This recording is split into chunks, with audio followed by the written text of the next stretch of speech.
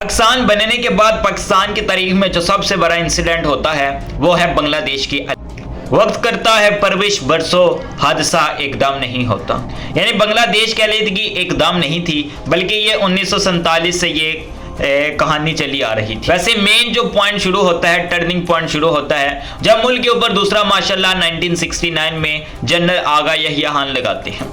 وہ 1970 میں الیکشن کرواتے ہیں۔ الیکشن کے نتیجے میں مغربی پاکستان سے ذوالفقار علی بھٹو 80 نشستیں ون کرتے ہیں، جبکہ مشرقی پاکستان میں شیخ مجیب الرحمان 107 نشستوں پہ الیکشن ون کرتے ہیں۔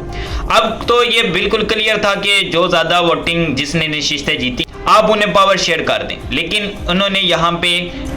ناانصافی کی، انہوں نے پاور نہیں دی، لہٰذا ایک بہت بڑی مومنٹ اگینسٹ دی جنرل کھڑی ہو جاتی ہے۔ لیکن اس کے ساتھ ساتھ اور بھی پوائنٹ ہیں جو بنگلہ دیش کی علیحدگی کی وجہ بنتی ہے، اور ان میں سے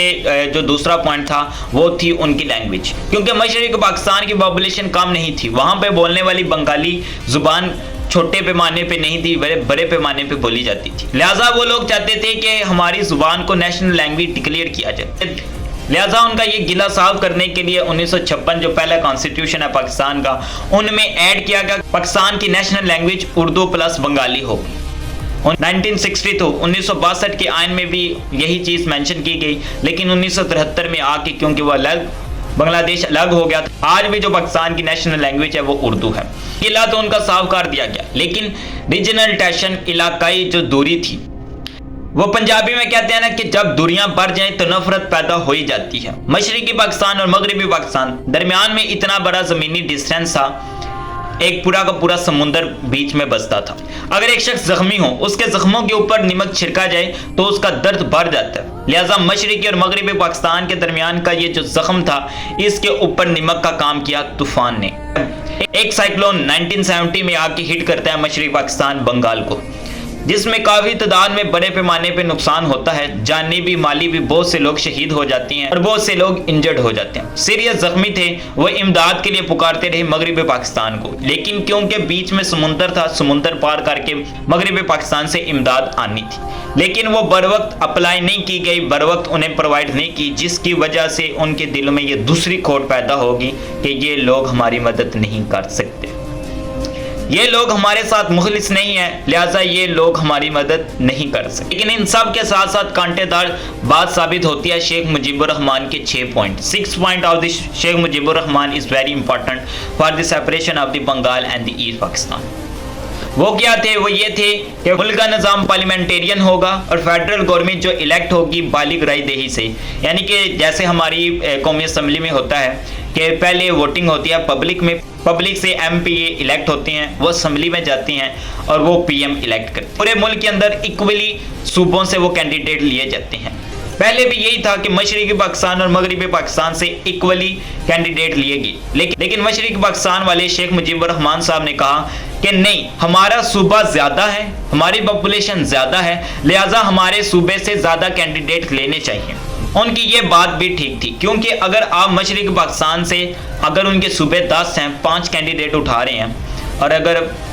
دوسری جانب جو مغربی پاکستان ہے ان کے صوبے ہے ہی 5 ہیں اور آپ 5 کینڈیڈیٹ سلیکٹ کر رہے ہیں، لیکن یہ زیادتی تھی مشرقی پاکستان والوں کے ساتھ، لہٰذا ان کی یہ بات ٹھیک تھی۔ پوائنٹ نمبر 2، ان کا یہ کہنا تھا کہ فیڈرل کی جو پاور ہوگی وہ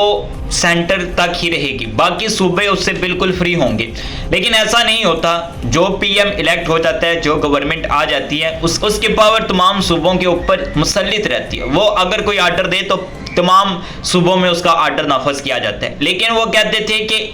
فیڈرل کی جو پاور ہوگی وہ صرف اور صرف سینٹر کے اوپر اس کی مانی جائے گی، ارد گرد کے یا مشرقی پاکستان میں جو صوبے ہوں گے اس کی وہ نہیں مانی جائے گی۔ پوائنٹ نمبر 3،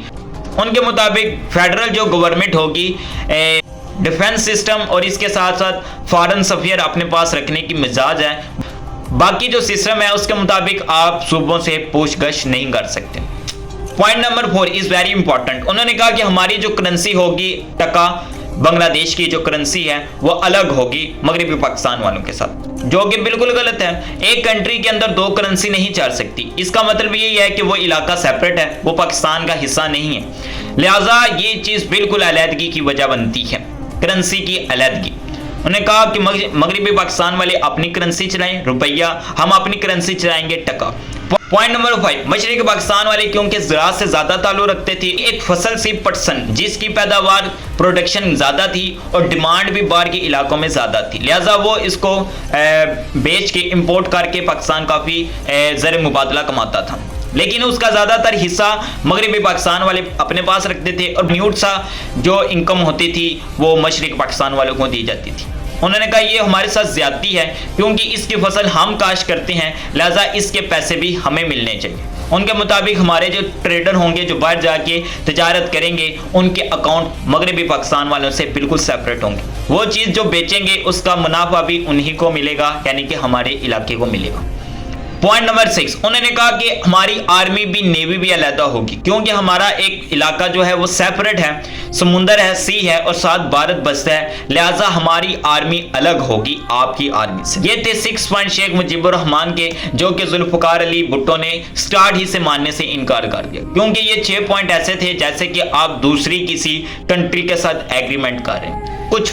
غلطیاں، کچھ ظلم